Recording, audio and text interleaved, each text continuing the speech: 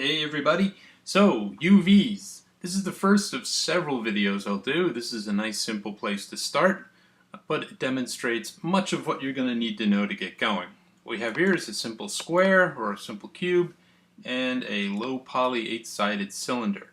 Okay, the only change I've made to these two is that I've deleted, going to edit, UVs delete, I've deleted their UVs. So neither of these objects currently have any UVs on them.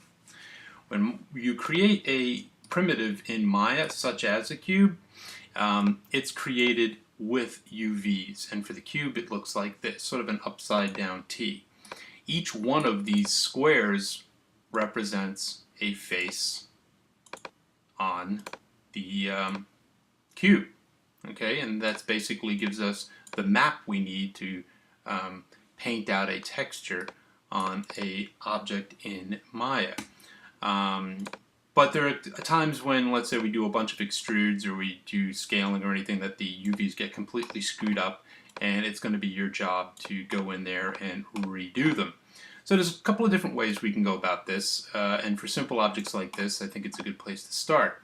All our UV work, we can determine what we're actually getting here in the UV editor, and you can get the UV editor multiple different ways. What I have right now is I have my screen cut into two panels. Over here I have perspective. Over here all I did is I went down to panels and I selected the UV texture editor. Okay, bunch of buttons across the top. As you start to play with this deeper and deeper, you'll get to learn more and more about what they do.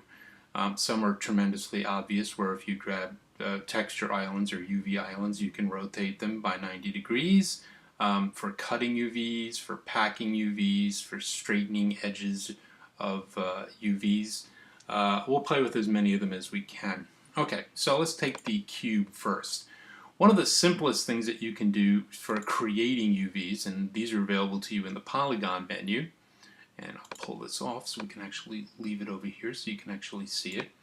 One of the simplest places you can start, because even if you're going to be cutting your own edges, you need at least basic UVs on the object, is to either do something with a planar map or an automatic map. Over here, cylindrical map might work fine, but in our case over here, automatic map is going to be great. What the automatic mapping does is, by default, and what we'll do is we'll look at default here, is it looks at your objects from the number of planes you tell it to. In our case, default is 6. It tells you to use the least number of pieces that it can when it creates the UV islands, and insert the projections or the UV map before any deformers that you use. So if, let's say, you were using a twist or a bend or something like that, make sure that it looks at it before that in the stack. The rest of this will make sense as you start to use it, but you can leave the default for now, and what we'll do is we'll hit apply. Okay, so as you can see, what it's done is it's done a 6-sided projection on this cube. Okay, so let me click this, and I actually have a material that you can look at. Let's just look at it over here. So for this cube now, what it's done is it's broken up the cube into 6 faces and packed them to its best imagining as to what that might be. This might be fine. You might want this to be packed like this. Maybe you want it put together in the T shape that it was previously. If you did, what you could do is, same as over here, where you can go into edges or UVs or vertex or faces, you can actually click in the viewport and you could select edges, and it'll actually show you which edges go together. So over here I can see that this edge wants to go together with that edge, this edge wants to go together with this edge. So we can actually either leave this as it is, or we can start sewing edges together. Alright, so let's play a little bit and see what we can come up with. So this edge wants to go together with that edge. What I'd like is 2 vertical edges. So I got this edge wants to go together with this edge. And over here we can see that is right here. So this is probably this face and this face. Okay. We could do that. We could start sewing them together. As a matter of fact, one of the commands you have over here, alongside the cutting faces or separating faces, Here is move and sew selected edges. Here we can just sew selected edges, but we're probably going to want to move them. So in this case, with this edge selected, if I just tap that, what it does is it sews those two edges together. Now if I tap another edge, I can see it's got this one highlighted, so I can tap that and sew that one together. So we can grab this one, that's a side edge, I don't want that, grab this. This one will go up here, so we'll move and select that. Now my guess is these over here, I can select that edge.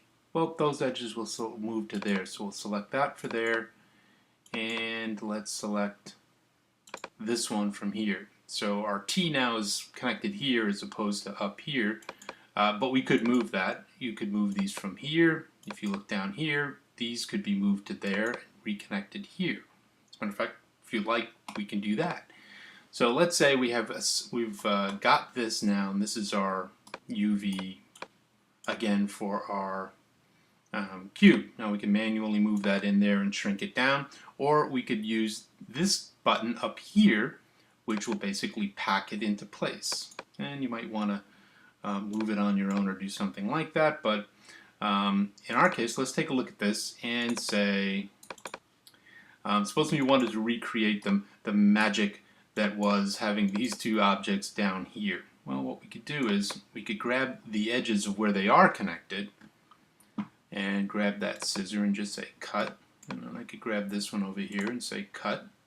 Alright, so now these are actually little separate islands. So I could select the UV from here, control right click, go to shell, and if you look, I could just pull this off. And same over here, I could do a control right click to shell and pull that off. Okay, so now if I go back into edges, I can select this edge and I can see that it wants to sew this edge to there. So I could do this. And probably this edge wants to go to there. So we'll do a move and sew. And in very short order, we've been able to, let's just grab all of this and move it back to the middle, something like that. Basically recreate the original texturing on that.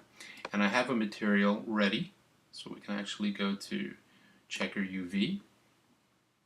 And you can see we got UVs on this and they look pretty good, nice and clean. So that object's ready to go. And it was ready to go before in the other way as well. This is just a different way of putting it together. Now you might find the UV shells are a little bit hard to look at with this texture at full strength over here. So Maya actually gives you a couple options. The top one turns it off so you can actually see what you're looking at. The bottom one just dims it, which is also helpful. So if you had images here or something that was a different sort of a map, you could see a little bit about what you were doing if you wanted to move UVs around. All right. So here's the next object, and again what we'll do is we'll just use automatic, and in this case I'll get this object and tap automatic, and if you look at it, what it's done is it's projected, although it looks like it's over there, it's actually projected it. This is a little bit more annoying, but again it's not bad because it's looking at the cylindrical sides from 6 sides or 4 sides. It's broken it up into 4 pieces. So let me turn off the map for a second and let's see what we can do to make this a little bit better. So what I'd like to do is sew the entire circle or the sides together. So in my case, what I'm going to do is I'm going to select one of these edges. I went into edge mode. I'm going to select an edge. I'm going to go up there and sew those together. All right. So we'll select another edge and tap the button. We'll sew that together, and then this is the last one, and we'll take that and we'll sew that together. So now we have this entire piece as one piece. So what I'll do is I'll do this and then control right click to shell, and then I can move this down manually, or I can grab all 3 of these elements and we could go to this button up here again for pack. And what that'll do is that'll pack them in to the best of its ability. And we're back to this object, and if we go in and assign the checker material, we can see that we get a nice unwrap on that as well. Okay, just to go through this shape one more time, what we could do is let's delete his UVs. Okay, what I'm going to do is I'm just going to stick planer on him. Don't even really care which direction because I'm not going to use them. But if I'm going to do this manually, I just need it to have some form of UVs. In this case, it's putting a planar UV on in the Y direction, so the top looks great and the bottom looks great. But the sides, of course, are stretched and look horrible.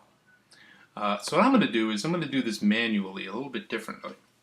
So let's say I'm going to go into edge mode and just select this edge that goes around the outside here. Okay, just like that. And I'm going to go into the scissor tool and cut that. Okay, then I'm going to go down to this edge on the bottom and the same, just double click to select the entire edge loop. And I'm going to cut that as well. Alright, so now if I go into this, and I can either select it here, go into UV and select a UV there, control right click to shell and move this off, something like that.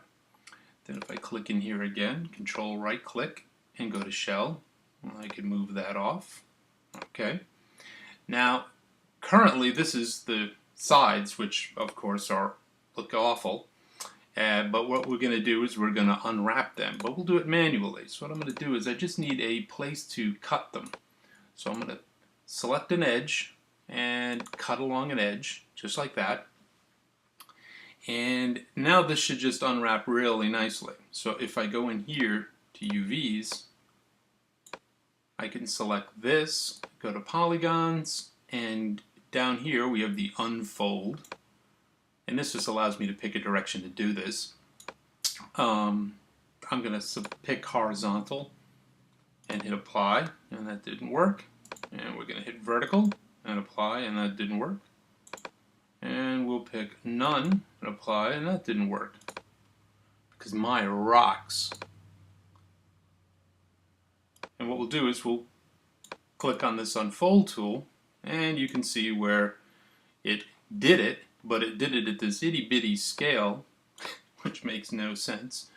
And we can rotate this back into relatively straight space, like this.